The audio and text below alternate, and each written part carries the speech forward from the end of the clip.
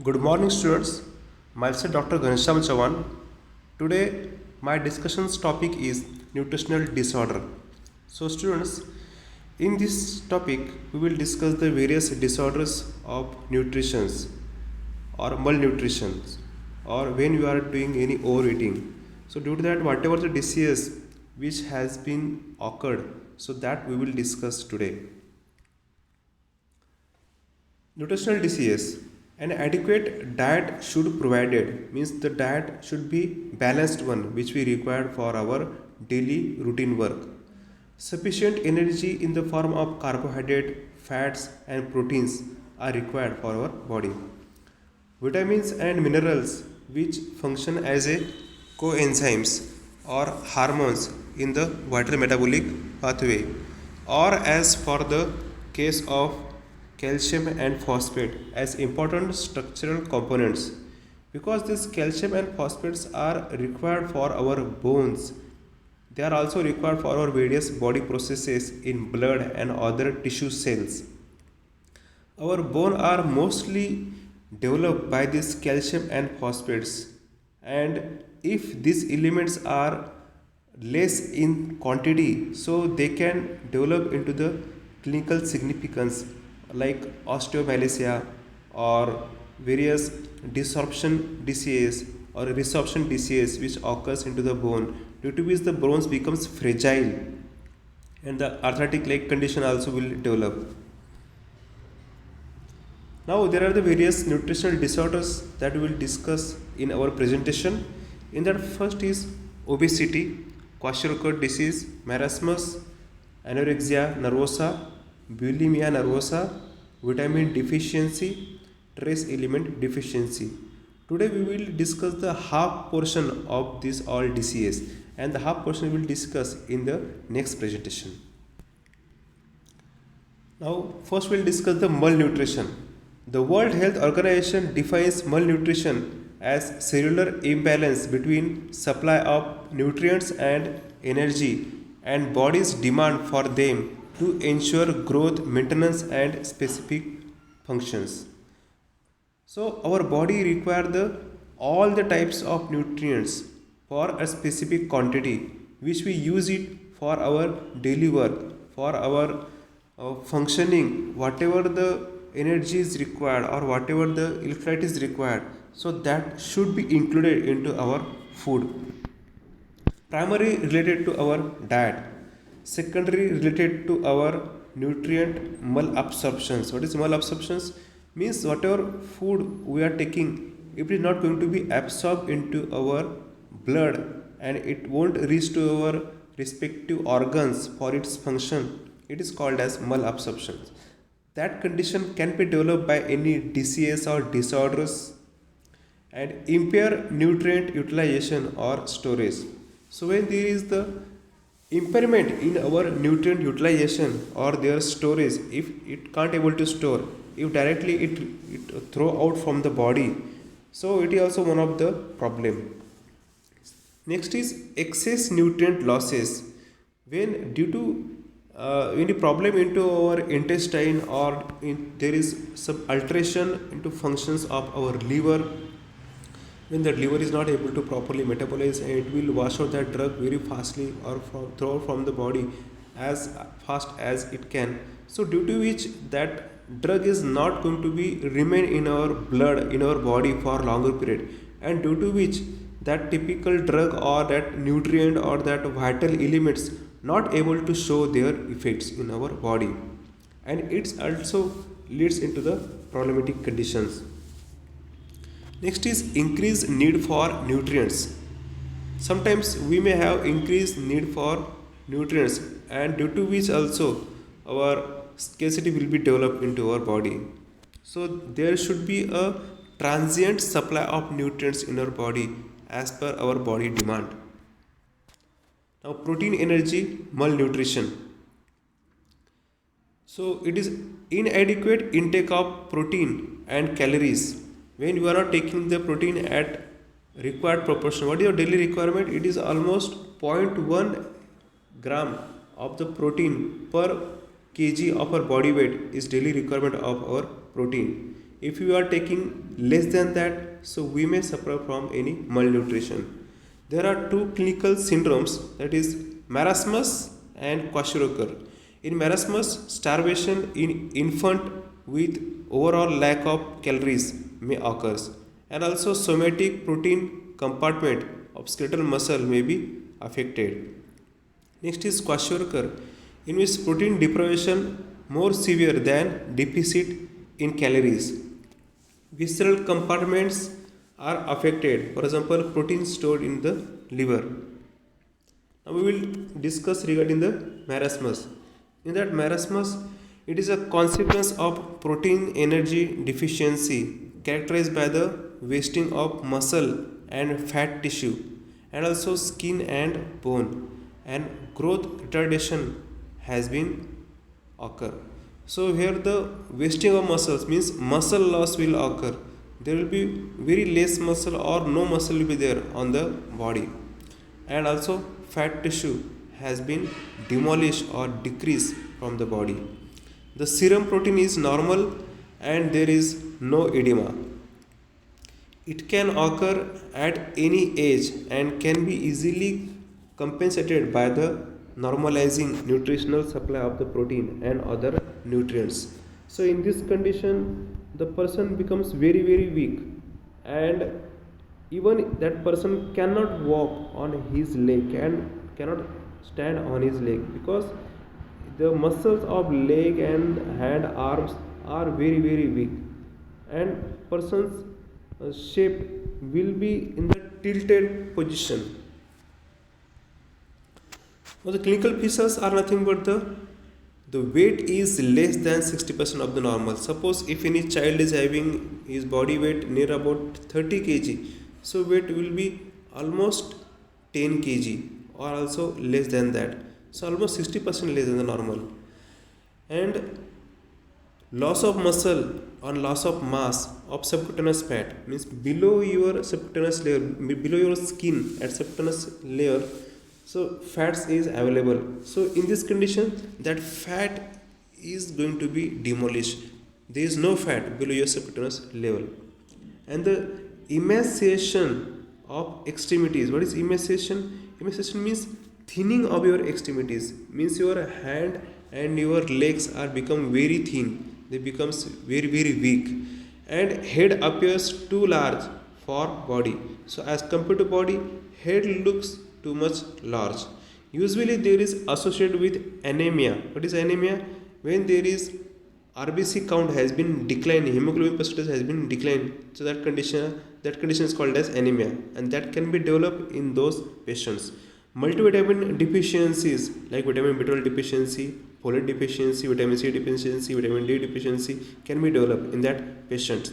And also immune deficiency may occur, means T cell mediated immunity, means T cell also going to be declined.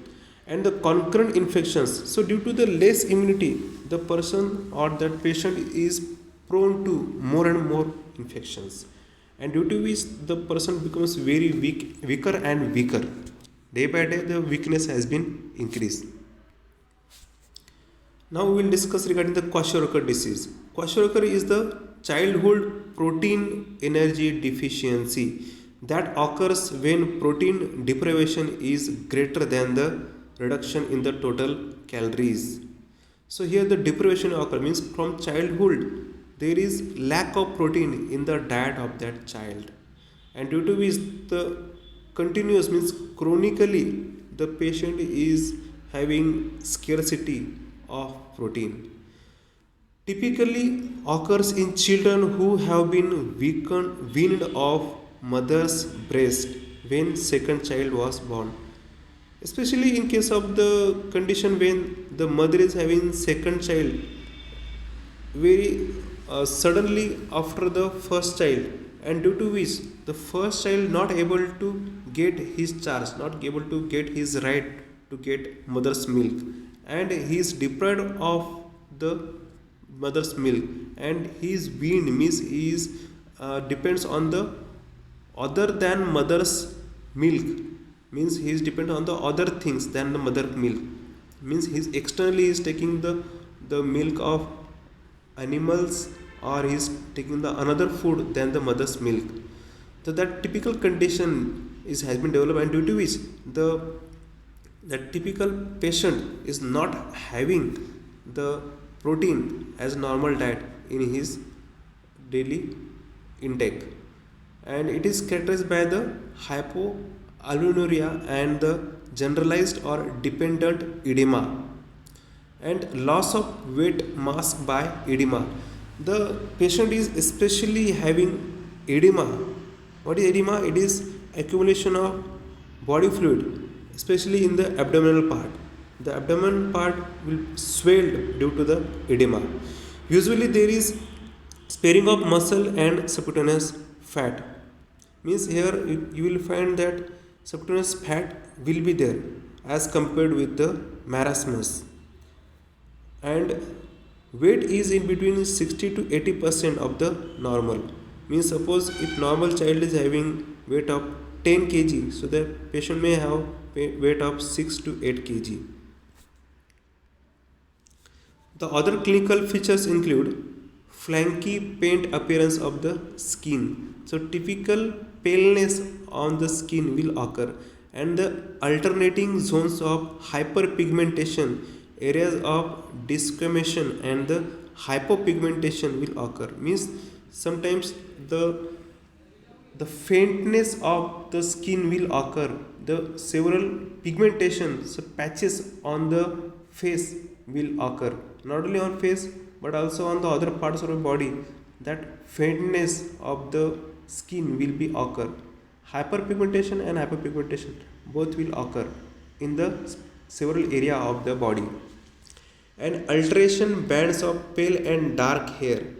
Same thing happens with the hair also. Sometimes hairs are pale, sometimes they become dark. And enlarged fatty liver, as we saw in case of the alcoholic conditions, the fatty liver will develop. It will do the fibrosis of the liver. So same condition can be developed here. The enlarged fatty liver can be developed, and due to which the liver is not going to be do its function normally.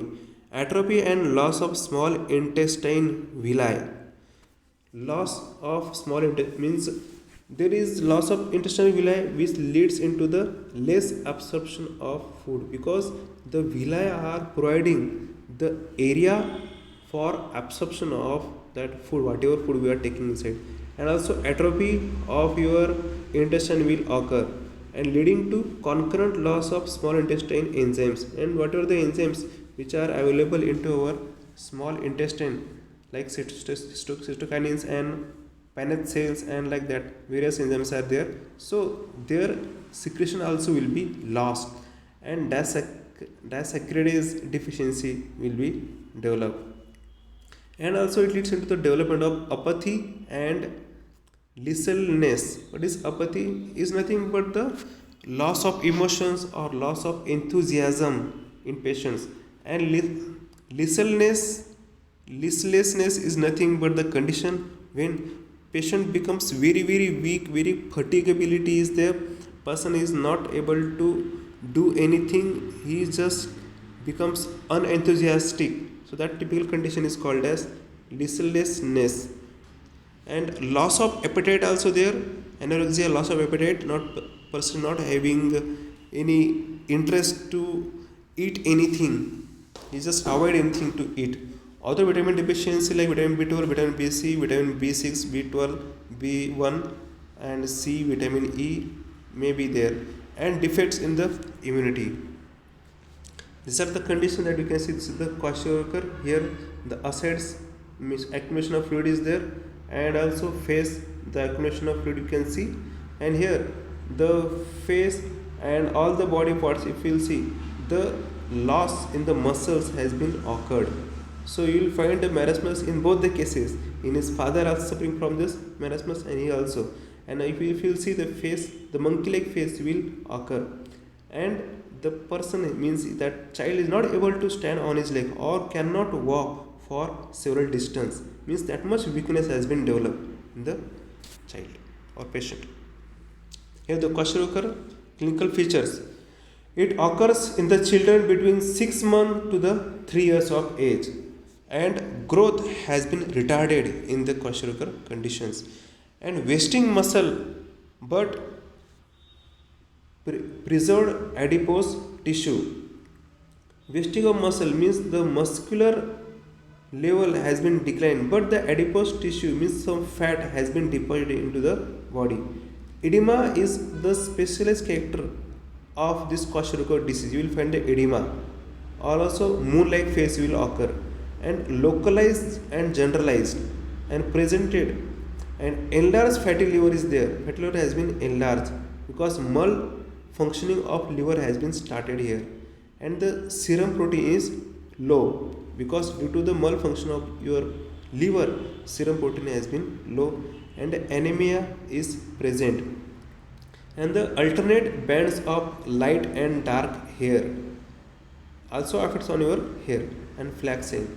In case of marasmus, the clinical features are common in infants under 1 year of age.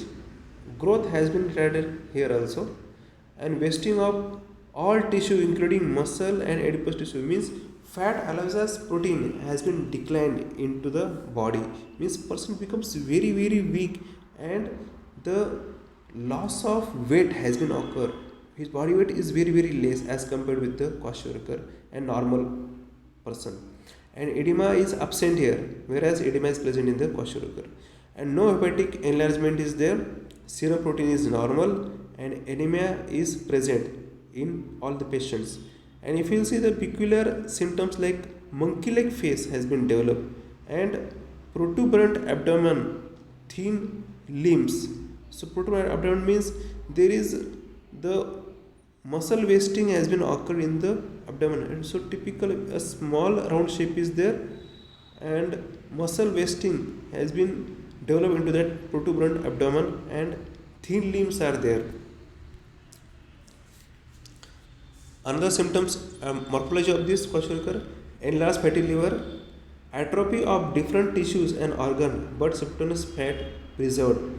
Atrophy of different tissue means there is the decrease in the size of the various tissues of the various organs, and small bowel, mucosal atrophy, and loss of villi and the microvilli. So the bowel becomes small, means there is a constriction of the bowel will occur, and there is loss of villi and microvilli, due to which the absorption process has been retarded into the small intestine. And bone marrow hypoplastic will be there. So in bone marrow, so hypoplastic has been developed, means the production of RBC and WBC has been affected in bone marrow. It is called hypoplastic. And cerebral hypertrophy has been developed, means the brain development or brain growth also has been affected, and there is the loss of neuron has been occurred, and also it affects on our psychological condition, mental conditions. The deterioration of the brain has been occurred, and thymic and the lymphoid atrophy also has been developed. In case of marasmus, in morphology, no fatty liver is there, atrophy of different tissue and the organs including subcutaneous fats. So atrophy has been occur here also in all the types of the tissue, and the small bowel rarely seen, whereas hypoplastic has been developed, means here also loss of development and production and growth of the RBC WBC platelets has been occur. And cerebral atrophy here also you will find, and whereas the thymic and lymphoid atrophy are less marked. Now kwashiorkor and marasmus, again if you will see their comparison. So here the countries which are having cereal production less, definitely there has been the more chances of kwashiorkor and marasmus disorders. So there is one study has been done regarding the cereal production and the population. So as compared with the North America and Western Europe and the elements of Europe, so there you will see the cereal production is more as compared with the population. And in case of African and the Caribbean countries and this Asia, the population is more and cereal production is very very less. So that's why in our area there are lots of cases of this kwashiorkor and marasmus will occur. So here again we will see the symptoms. There is swelling of legs.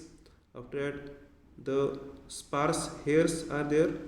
Moon-like face, the face is moon-like, and little interest in the surroundings. They are not have to do with the surroundings, what is happening there. Fatty appearance of the skin and swollen abdomen. Here you can see it is swollen because ascites has been developed.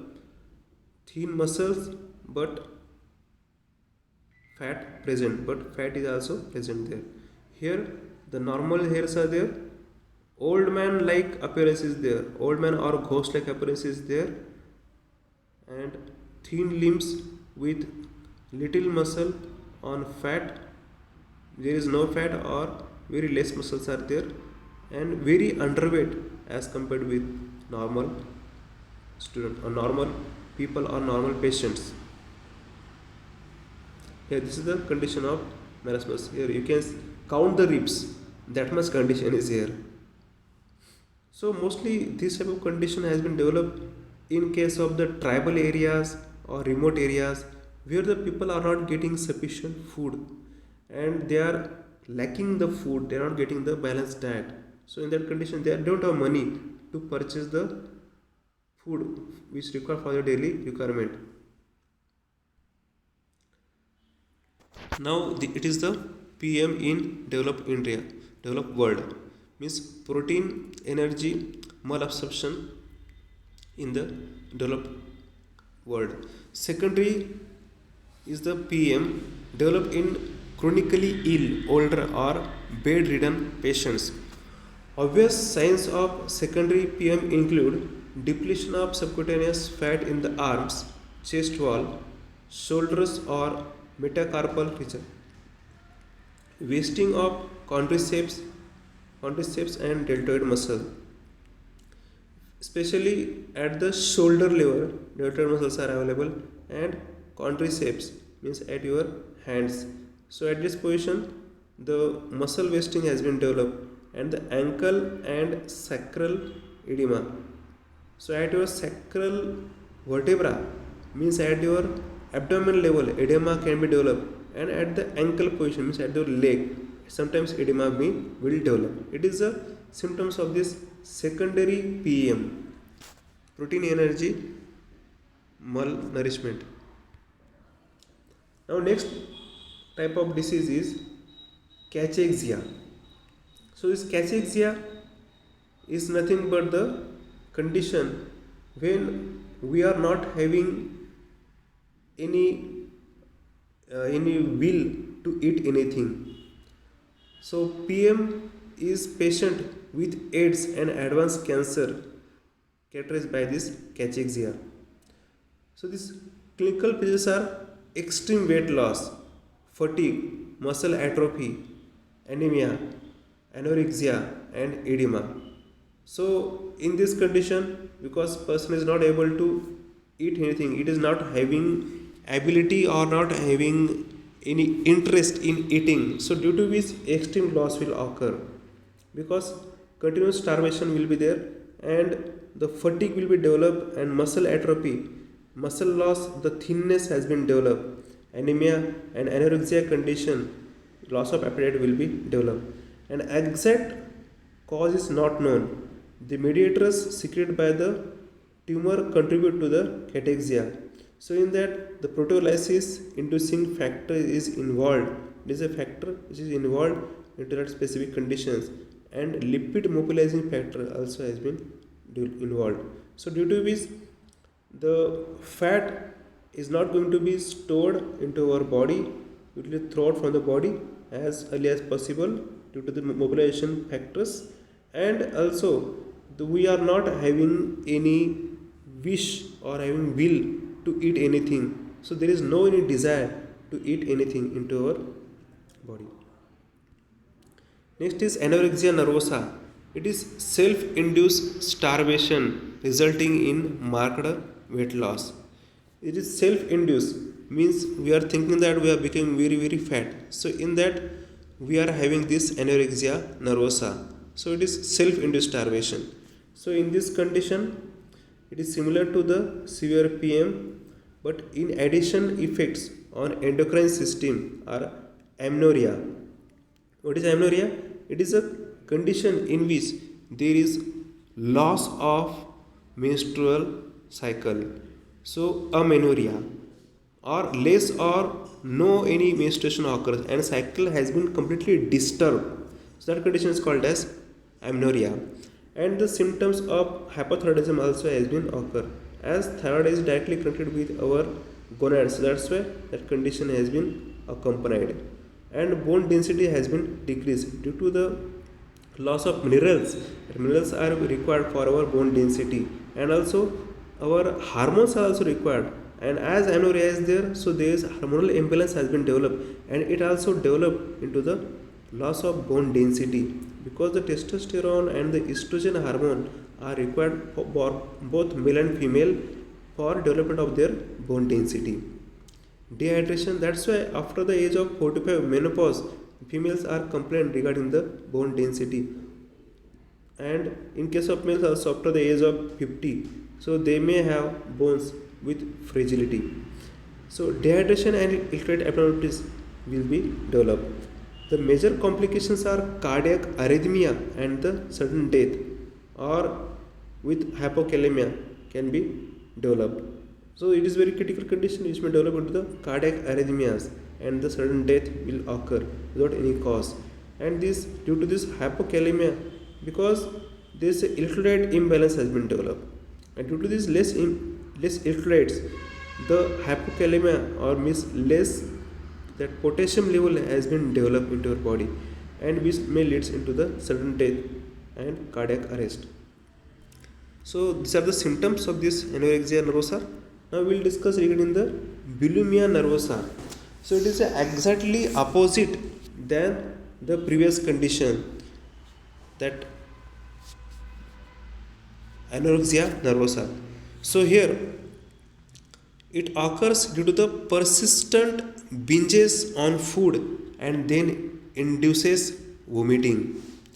So due to which condition person is having continue persistent having desire to eat something. Constantly person is eating something. He always think about the eating, and due to which it may induce vomiting also due to overeating.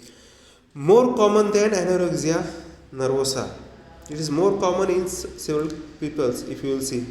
No specific signs or symptoms. Diagnosis depends on psychological assessment.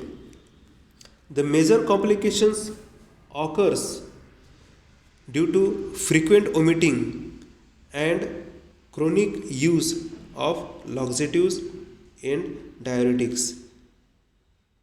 The electrolyte imbalance may develop due to this constant use of this laxative and diuretics, and also cardiac arrhythmia may be developed. The pulmonary aspirations of gastric content may be developed, and another symptoms are esophageal and gastric rupture will be there, because it can also produce a rupture to the gastric means your stomach due to this constant intake of this laxative. Now we will discuss regarding the obesity. Obesity is defined as an accumulation of excess of adipose tissue that impart health risk. A body weight of 20% excess over ideal body weight, age, sex and height is considered as a health risk.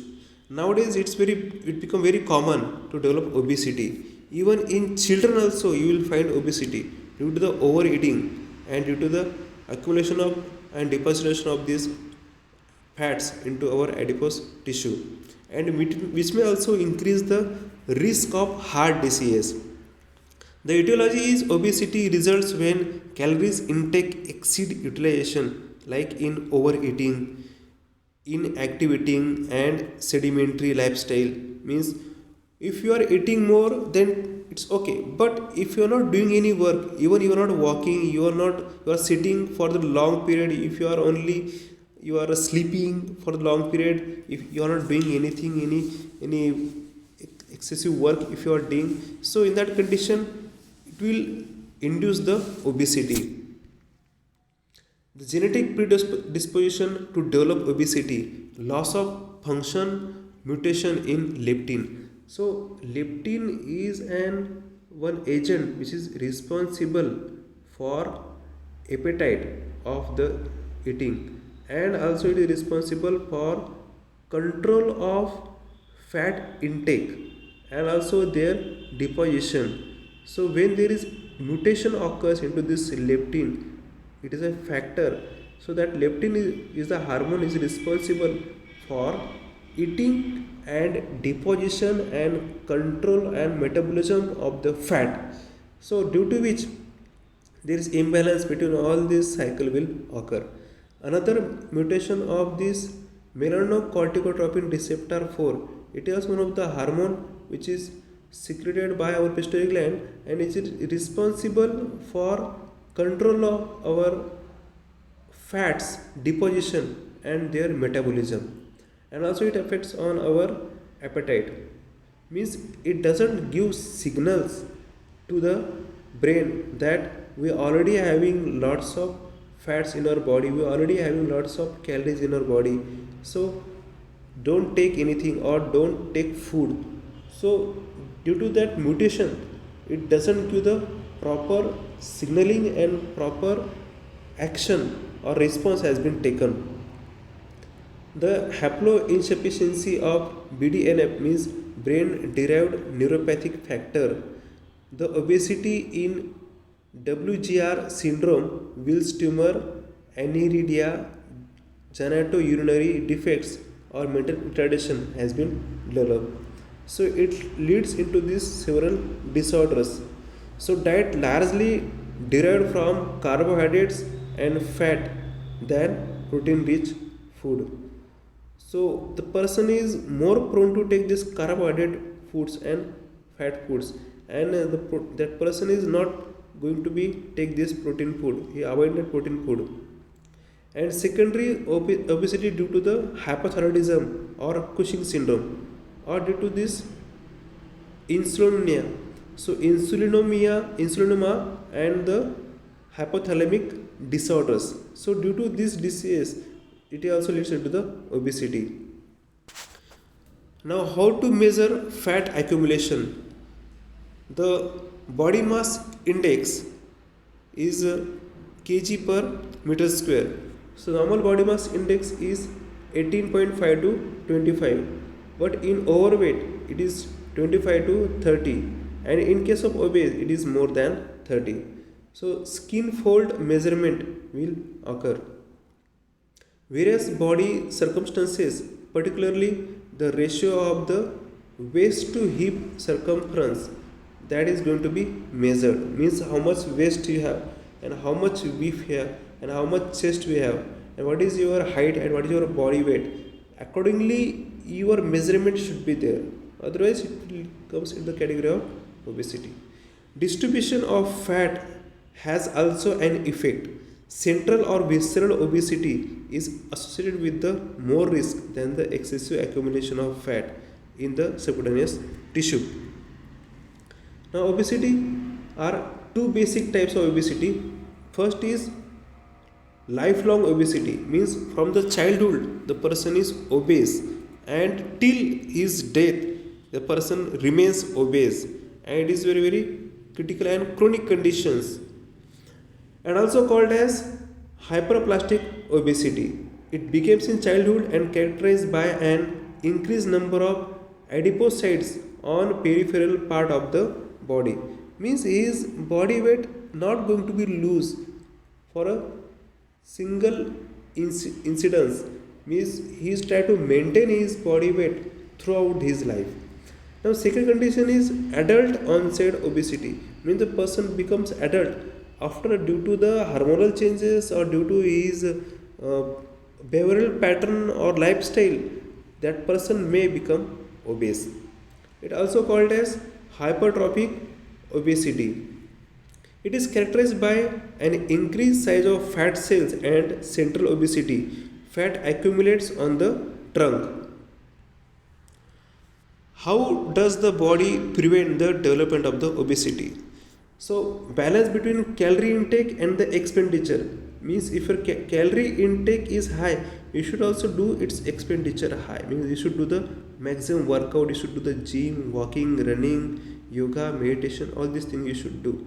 If you are decreasing that expenditure, if you are not doing any work, in that case you should try to decrease your calorie intake. The critical role in this regulation is played by the leptin, as I discussed. It is one of the hormone which controls your intake of food as well as it is level to metabolize and deposit into your body. The neurohumoral mechanism regulating energy balance, three components. That first is peripheral and afferent system, which generates signals from the various sides.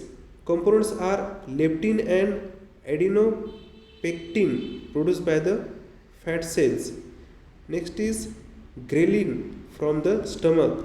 Next is peptide YY from the ileum and colon, and insulin from the pancreas. So these are the major four factors which are responsible or which are controlling your obesity. If your each and every factor is working normally, means your obesity can be controlled. Second is arcuate nucleus in hypothalamus processes the signals, and general afferent signals consist of two subsets of the first order neurons. That first is POMC, pro opiomelanocortin, and CART, cocaine and amphetamine regulated transcript neurons. So they are typical names of neurons. Both the neurons enhances energy expenditure and weight loss through the production of anorexigenic alpha melanocytes stimulating hormone and activation of melanocortin receptor 3 and 4 in second order neurons. So these second order neurons are in turn responsible for producing factors such as thyroid releasing hormone and corticotropin releasing hormone CRH that increases the basal metabolic rate and anabolic catabolism, thus favoring weight loss. So along with all these hormones, so it is responsible to control your body weight or weight loss will be occur. Otherwise it is very difficult to become a normal weight. Once the person become obese, the weight loss is very difficult. The neuron containing NPY, neuropeptide Y, and the AGPR, agouti related peptides.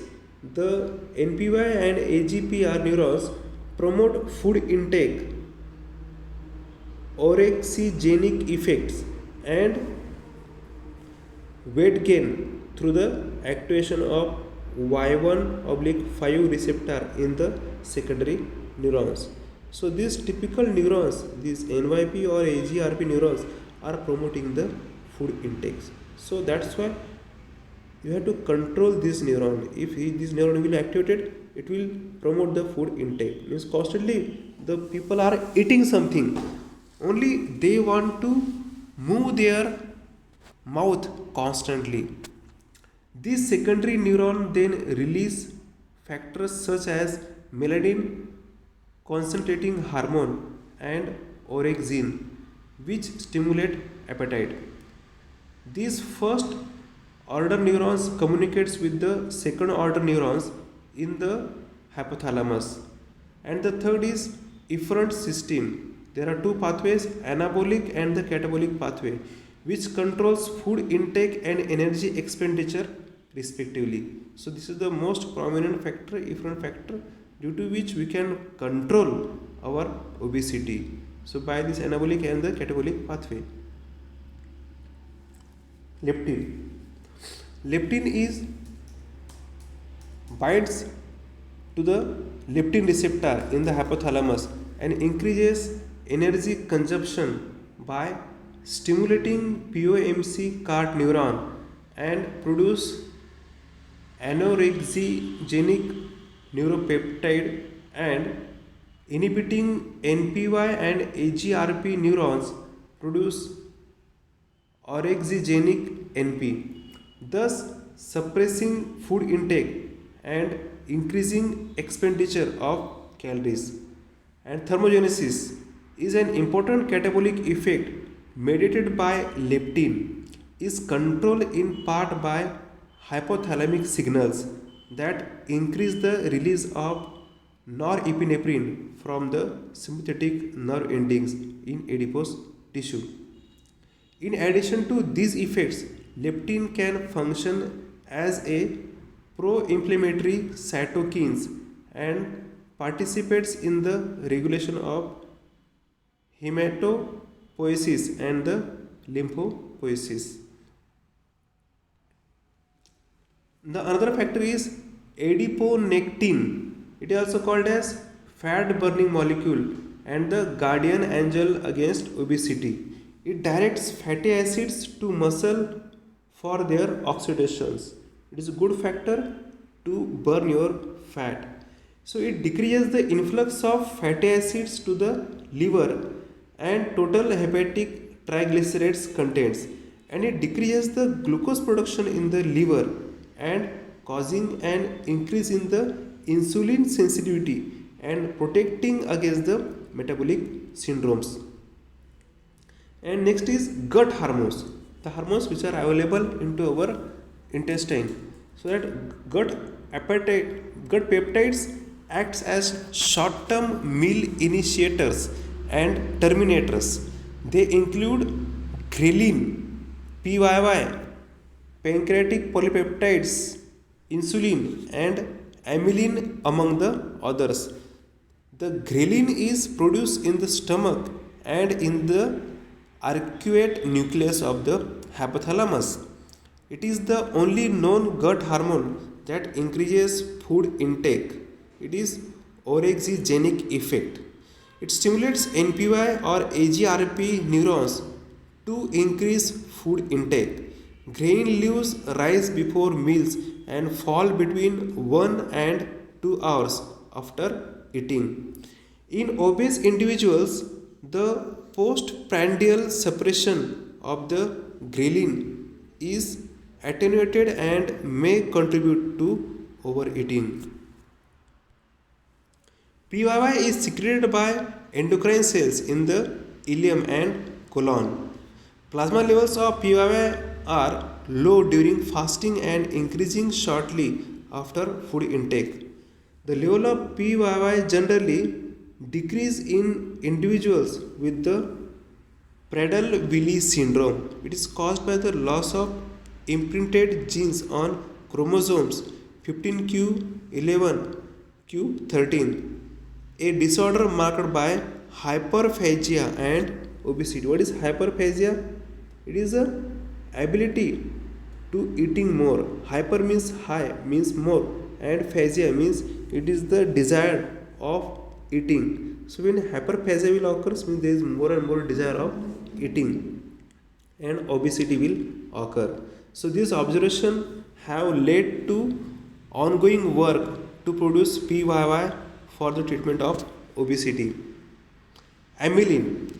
It is a peptide secreted with insulin from pancreatic beta cells that reduces food intake and overgain. It also being evaluated for the treatment of obesity and diabetes. Both PYY and amylin act centrally by stimulating POMC CART neuron in the hypothalamus and causing a decrease in food intake. So in this fashion, it will try to decline your food intake. Now here, through brain at this hypothalamus and this anabolic circuits is available here. So how it controls your food intake, because if we'll stop to eat, definitely it will decrease the symptoms of obesity. And the eating ability or eating habit has been developed by this brain. So from this central processing area, it will work in that fashion. So first, the energy expenditure, what energy your expenditure has been occurred, and the food intake. So there is energy balance which occurs here, and it happens due to the signaling occurs here. So these adiposity signals which can be given by these pancreatic cells, this ghrelin, this PYY from the intestine, and the leptin. So constantly the regulation occurs. So from here they are sending these signals towards the energy expenditure machine or analyzer. So they are sending the signals that energy has been expended or means used, means the balance has been, means balance has been lost, means imbalance has been occurred, and due to which what will happen, it will give order for the food intake, and due to which the plus information. So here the anabolic circuits has been activated from the hypothalamus, and it gives order to eat that whatever things they will start to eat, and due to which person will start to eat. And suppose if the function by this leptin, insulin, and all these things they are doing properly, so what they will give, they will give signals to not to eat, means what they will do, that expenditure not occurred, already we are having lots of calories in our body, and due to which the balancing will, means that giving that it is balanced. So due to which the positive signals not won't go from there, the negative signals will go, means we don't have to eat anything, and due to which the hypothalamus will give order that we don't have to take food, means intake of food is not required now. So due to which person will not eat, and he will eat at the proper time and in the proper quantity only which they require for their energy, which they require for their expenditure. So in this fashion the regulation is going to be occur into our body. So this circuit is very important, and from the brain the signals has been developed, and this is the responsible factors: leptin, insulin, ghrelin, PYY, and this adipocytes. So in this fashion we will discuss that, and we will discuss the adverse consequences of the obesity. In that, first is hyperinsulinemia and the insulin resistance, non-insulin dependent diabetes, means diabetes 2. It is one of the adverse effects which can be produced by this obesity. It is very problematic. And the hypertension also can be developed due to this obesity, and higher triglyceride and low HDL atherosclerosis will develop. It leads into the coronary artery disease, for example Prinzmetal angina or unstable angina or stable angina, which will be developed the atherosclerosis or the hardening of your blood vessel, especially your coronary artery has been developed, and due to which angina can be developed, which leads into the myocardial infarctions. And also the cholelithiasis can be developed. It is nothing but the gallstone. The stone has been developed into the gallbladder due to the accumulation of the various electrolytes in your gallbladder. And non-alcoholic fatty liver disease can be developed, though we are not taking any alcohol, but it can damage to your liver.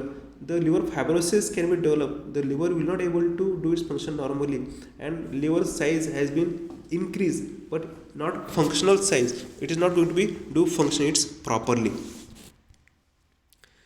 Hypoventilation syndrome, it is also called as Pickwickian syndrome. So in this case it can be marked by this hypersomnolence. It is nothing but the when you are taking very slow breath, and you are releasing some sound when you are releasing the air from the mouth. So slowness into your breath, it is nothing but the hypersomnolence and hypotension syndrome are nothing but they are accompanied by the more and more sleep and more eating and more taking the rest, and they are having constant releasing of some sound or air through nose or through mouth, and very slowly they are taking the breath, is often associated with the apneic causes during sleep.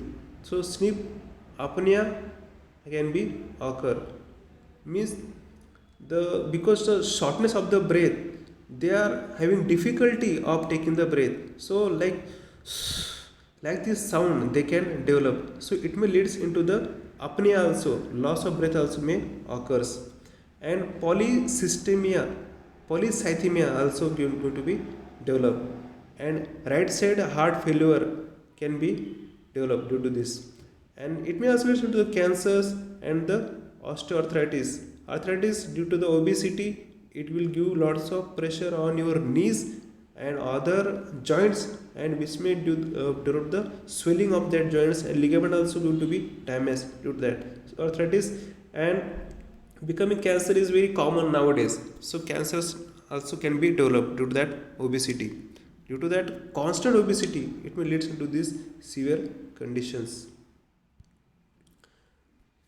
Now students, I hope you understood. So here you can see from the childhood the obesity is going to be generated. Nowadays it's very common due to our lifestyle, due to our high intake of all types of foods, the person becomes obese. So it is also very problematic.